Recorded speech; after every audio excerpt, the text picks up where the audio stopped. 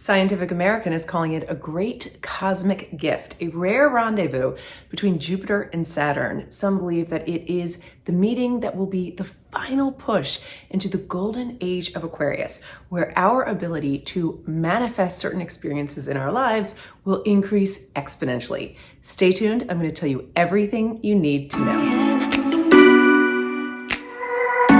Hello, my beautiful friend. It's Lisa Roulette, and I help women be self-powered and successful in life and love. If you haven't subscribed, please do so, because that's how YouTube knows to share the video with people just like you. Make sure you also like, comment, and share, because that helps the algorithm push the video out to like-minded people. Thank you for joining me today. This is such an exciting video. You know, years ago, I used to think that astrology was hocus pocus and it should be reserved for psychics and magicians and mystics. But the more I have looked toward astrology as sort of a guiding light in my life, the more profound effect that it has had on me. And we have some major astrological events happening, which is so cool. Jupiter and Saturn come within 6 degrees of separation of one another, the first time since 1405, which is so major. 1405 was the very year that marked the ending of the Dark Ages and the beginning of the Renaissance, a period of time where the individual started to explore itself and to express itself in a way that it hadn't ever before. This was really a golden age. Just like the age of Aquarius is predicted to be golden, it was a golden age where human beings realized that they had dignity and very high levels of self-worth. And in realizing that, they were able to achieve a very abundant state of living. So think of it this way: everything that we've lost in 2020 and years past is potentially on the cusp for us to get back into that really abundant and prosperous state of living. So that's what I want to share with you today. But before we dive deep, get this. When Jupiter and Saturn go conjunct, they're going to form a star in the night sky. That's what we're going to be able to see in the night sky.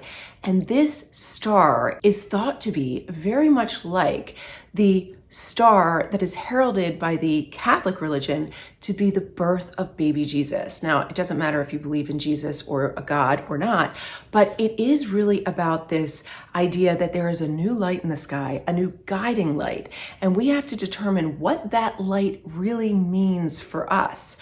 For many people, it will be just an astrological event. But if you can go deeper and understand the meaning of the star and the new age, it will be significantly easier for you to harness the higher manifestation energies that are becoming available to us right now. The age of Aquarius, as well as this grand conjunction or this bright star in the sky, was also thought by the Tibetans to be called Shambhala, which is enlightenment and enlightened society. So the age of Aquarius really is about that expansion of consciousness. But expansion of consciousness is not linear. It's not a way in which we just perceive more things. It's very dynamic and interwoven into our total awareness or into our total energy body. This allows the veil of separation to drop once and for all. And as that veil of separation drops, we rise into higher awareness where we realize that there is no separation, that we are all one. And the more we come into this awareness that we are all one, the more we remember that we are one through one divine source. You might call that God, you might call it the universe, whatever you call it, it really doesn't matter. What matters most about being able to achieve higher manifestations in this very golden age that is before us is that you start to reconcile the differences of separation, where you start to understand that day and night, dark and light, and wrong and right are no longer polar opposites. They are one. And the more you think about our lives and our connection to one another as one, the more you can harness the powers of the great source, which of course are healing and creating. So for everything that you heal, from a wounded thought to a wounded belief to a wounded feeling, every time you heal, you are effectively making space to create. And that's really important, because the more we clean up our awareness of our wounded thoughts, our wounded beliefs, and our wounded feelings, the more we can perceive at higher frequencies. Now, the age of Aquarius and this expansion of consciousness has a lot to do with our movement through dimensions, like moving from 3D to 4D to 5D. You hear a lot about this, but it can be really confusing. And the reason it's confusing is because most people perceive dimensions as a material, place, and time, but it's not really so much a material and place and time, it's an awareness. So in a three-dimensional awareness, you feel very separated. It can feel very frustrating, and the physical realm can feel very concrete, which can be weighted. It can make you feel like you're really stuck. In a fourth dimensional reality, you're starting to feel very high levels of compassion for not only for yourself, but for other people around you. And I think we've experienced a lot of that in 2020. I've seen a lot of my clients and just a lot of general people having this very high level of compassion for other individuals, as so many people have suffered from the virus. But the fifth dimension is what we're really all going toward very quickly right now, very, very quickly. And in the fifth dimension is where we really start to reconcile all of that polarity, all of that day and night, all of that black and white, all of that wrong and right. We start to realize that it's not separate and we're not separate. And in that coming together of one, we start to realize that we are incredibly powerful, and we use our power to help one another in this richly co-creative universe. Now, if you watched my last video, which was getting unstuck out of a rut, I explained how the process of manifestation worked and how it is extremely co-creative. It really works in an infinite loop. This is the infinite loop of creation. It begins with your thoughts, which become emotions or energy emotion, which are looking for a belief, which becomes the vehicle of your feelings. And all of those thoughts, emotions, beliefs, and feelings have an energetic frequency or a vibrational frequency. This is your energetic grid or your manifestation template through which you begin the creative process. So whatever comes off this grid goes out into the universe and starts to create with like frequencies. So when it finds a like frequency, it sparks creation and it travels back to you right here at this 0 point and mirrors to you a new reality or a reality. So for those of you who keep living on Groundhog Day and are experiencing things over and over again that you don't want to experience, you look to this age. You look to the age of Aquarius because the higher manifestations are here waiting for you. The energies are here. And this is so opportunistic and auspicious. It is really a very auspicious time. And if we do this right together, it is going to be phenomenal. It is going to be absolutely phenomenal. So where does it begin? It begins on that infinite loop of creation. For every wounded thought, wounded emotion, wounded belief, and wounded feeling that you heal, you have the opportunity to co-create with higher frequencies out here. Now, is it going to be the utopia that so many sages around the world through the history of time have predicted?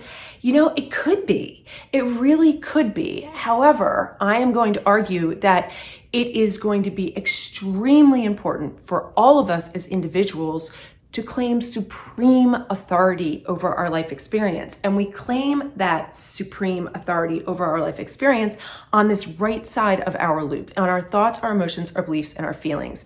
We have to own that despite our current situations and circumstances. Because again, in the last video, I also talked about a top-down system crumbling. There is going to be this patriarchal, bureaucratic system that we've been living under for so long. It is going to start to come down. And that as it comes down, there's going to be rubble. And we can either stay underneath it and be suffocated by it and remain in that very 3D, stuck, physical, separated realm, or we can intentionally rise up in this horizontal way together by working on that loop of creation, by working with our individual thoughts, emotions, beliefs, and feelings so that we can raise the frequency and really establish that energetic grid structure. This was in the last video and it should be had popped up here. To establish that energetic grid structure, which is your manifestation template. Your combined frequencies of your thoughts, your emotions, your beliefs, and your feelings is your manifestation template. It's the bouncing off from which you can co-create out here. This is where you co-create. Now, what are you co-creating with? Well, again, you watched the last video, you know you're co-creating with your relationships. So for every relationship you heal, for every relationship you heal, you become that much closer to a higher dimension, a higher frequency, and your ability to manifest increases. So one of the things that we're going to really look forward to in this age is forgiveness. I mean, forgiveness is so key. I think I've said this in my last 3 videos. You can't hold on to grudges anymore. All of the dramas, all of the traumas, all of the revenge that is stuck over here in your awareness is only going to weight you down into a very, very dense 3D reality. And you are not going to be able to ride this wave into this new golden age, which is extremely prosperous and extremely abundant. But it's really up to us to make this the golden age. We have to drop that ego that says, you know what? I'm attached to the idea that someone hurt me. I'm attached to my loss. I'm attached to everything that makes me separate of this beautiful, miraculous, energetic shift that is happening around us. So you really want to start to work on that left side of your loop. And again, if you need more information on that, check out the video on getting unstuck out of a rut. But in the meantime, I really encourage you to dive deep into what so many spiritual traditions throughout the history of time have prophesized about, this age of Aquarius. This is us. We are in this. Like, it is beyond our wildest imagination what could happen. What could happen if we take responsibility, accountability, and supreme authority over our life experience and really direct it with those very high vibrational thoughts, emotions, new beliefs supported by modern values, and our feelings. So I hope you're in this with me. Don't forget to like, comment, share, and subscribe for more coming very soon.